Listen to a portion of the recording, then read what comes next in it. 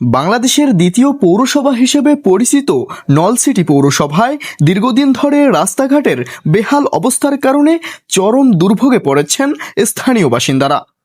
স্থানীয়রা জানান, পৌর এলাকায় বারবার রাস্তা সংস্কারের কথা বলা হলেও বাস্তবে কোনো টেকসই উন্নয়ন দেখা যায়নি। বিশেষ করে তেমুকি থেকে ফরাসিনা হয়ে অনুরাগ রাস্তাসহ বিভিন্ন গুরুত্বপূর্ণ সড়ক বছরের পর বছর ভাঙাচোরা অবস্থায় পড়ে আছে।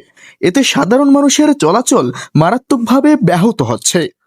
নিয়মিত ভ্যাট ও ট্যাক্স প্রদান করলেও তার বিনিময়ে কাঙ্ক্ষিত সেবা পাচ্ছেন না তারা। গত এক দশক ধরে এই ভোগান্তি চললেও কার্যকর কোনো উদ্যোগ নেওয়া হয়নি বলে অভিযোগ তাদের।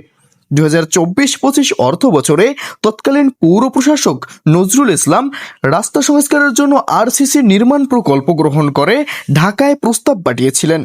তবে পরবর্তীতে প্রশাসনিক পরিবর্তনের পর সেই প্রকল্প আর এগোয়নি। এদিকে এলাকাবাসী দ্রুত সময়ের মধ্যে টেকসই রাস্তা নির্মাণ ও পৌরসভার নাগরিক সুবিধা নিশ্চিত করার জন্য সংশ্লিষ্ট কর্তৃপক্ষের হস্তক্ষেপ কামনা করেছেন। মোবাশ্বেরুল হাসান, নিউজ ডেস্ক, চেকপোস্ট।